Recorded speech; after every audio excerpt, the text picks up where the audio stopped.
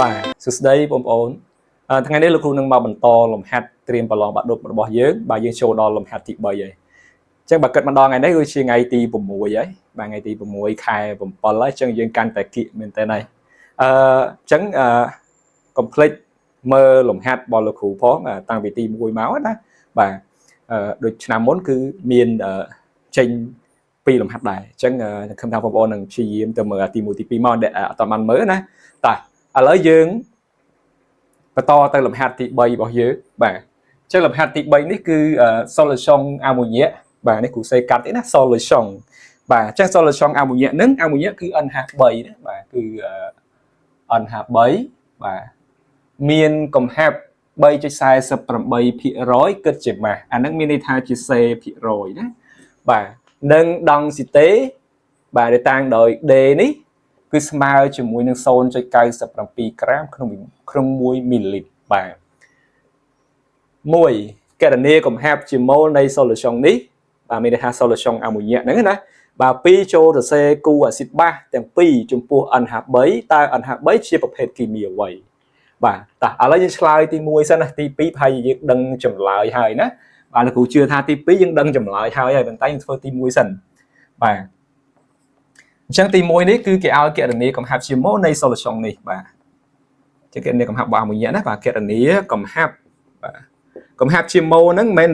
មែនរកចំនួនម៉ូលទេណាគឺរកកំហាប់បាទដែលយើងតាំងដោយសេហ្នឹងណាបាទរកកំហាប់ជាម៉ូលបាទជាម៉ូលបាទនៃ solution នេះហ្នឹងគឺ solution អាម៉ូញ៉ាយ៉ាងហ្នឹងបាទអញ្ចឹងលំហាត់នេះដូចជាយើងអត់មានត្រូវទៅសេសម័យកាលទេអញ្ចឹងលោកគ្រូដាក់រូបមន្តឆ្លើយជាមួយសំណួរតែម្ដងគឺគណនាកំហាប់ជាម៉ូលនៃ solution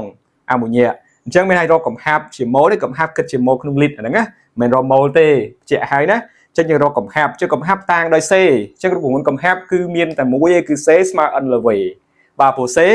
បើសិនយើងភ្លេចរូបមន្តណា C គឺຂະຫນាតម៉ូលក្នុងលីត្រអញ្ចឹងម៉ូលគឺ N លីត្រគឺV មៀតអញ្ចឹងមានថាម៉ូលនៅលើមៀតតាអញ្ចឹងលោកគ្រូដាក់រូបមន្តមកបាទតាមរូបមន្ត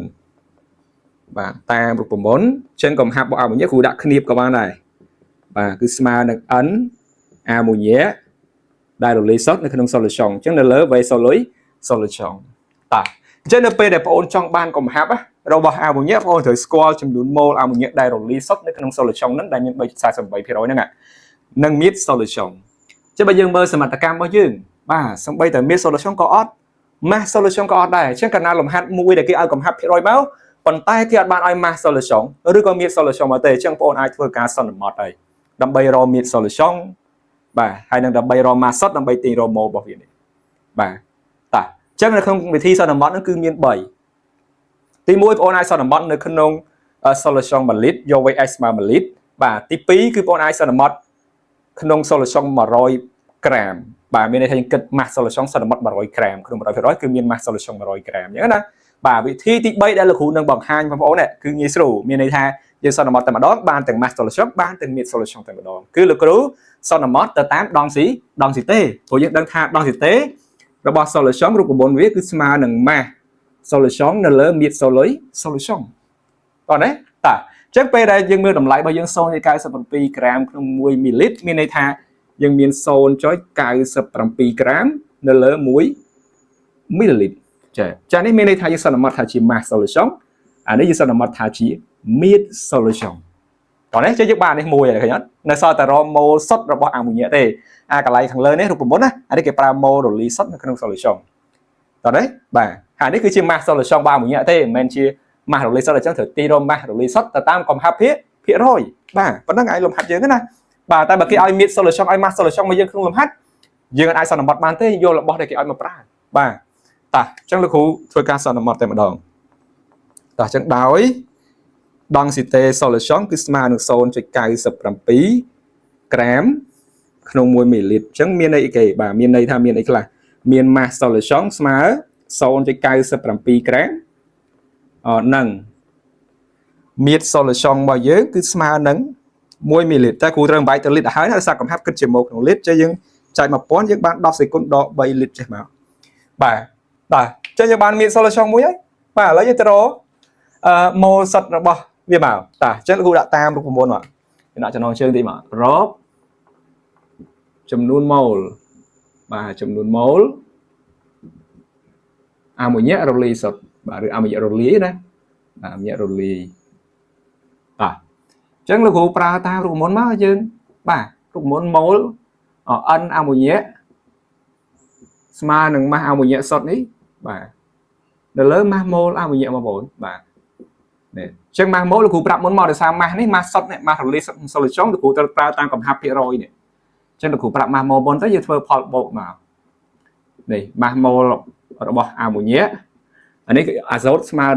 14បាទអ៊ីដ្រូសែន1តែសន្ទុះ3អញ្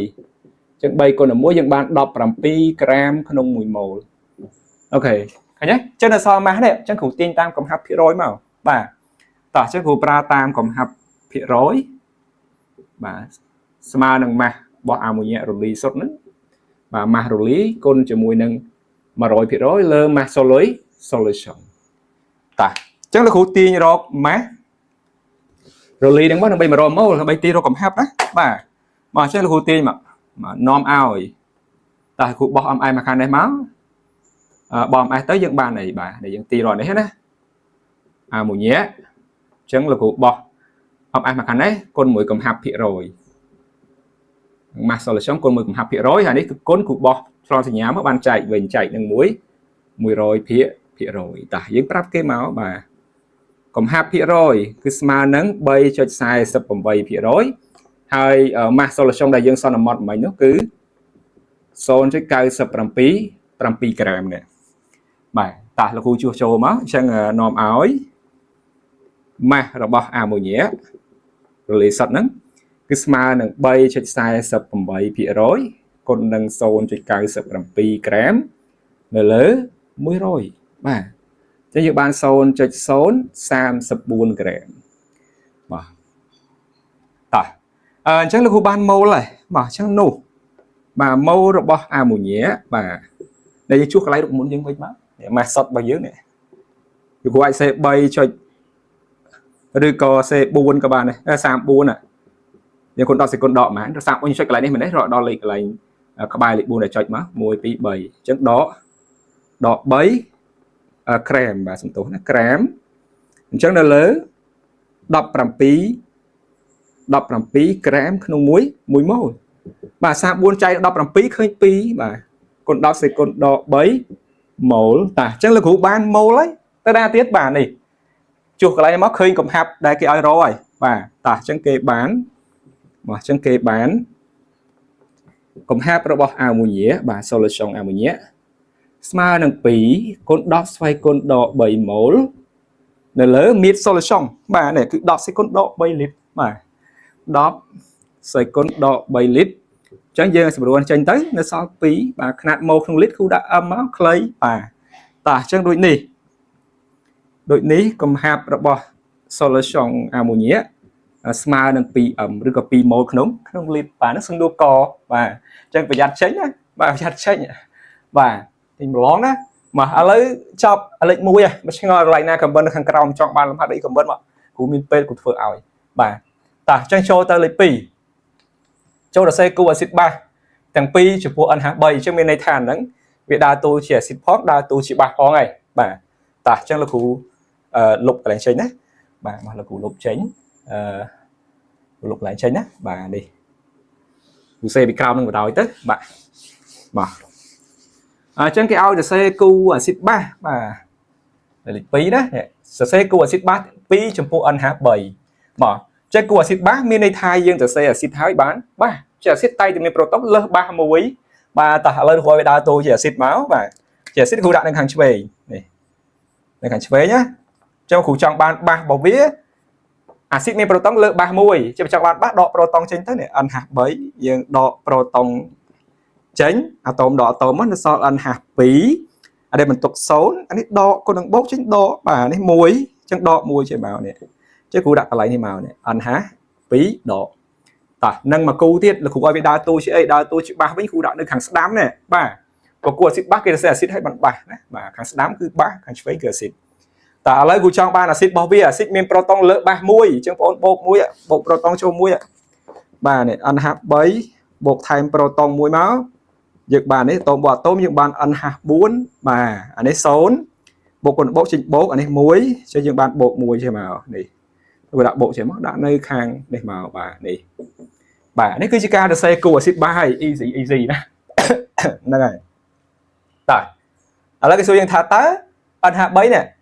chia một phê kim bìa vậy chứ mà việc đa tô chia axit phong đa tô chia ba phong mình thay cái chân tông về thay chia một phê kim mỹ ông phô tè bà được cái khác cái hai ông phô lít bà tại cụ đã máu ăn hạt bấy ní bà chiaประเภทbàประเภท kim mỹ bà ประเภท kim mỹ ông phô tè bà ông phô tè đó bà đa tô bàn chia xịt phong đa tô chia bà phô bà tại chẳng ngày đấy lùm hạt thì bảo bạn đọc tích bấy cứ miền phần đấy nè complete chui chạy đồng lấy to phó hay đừng chui follow được group phong chụp bạn đọc khế nó không có và chẳng ngày đấy của miền phần đất bà xong mà con sống chỉ được lấy chụp nên nơi video crowd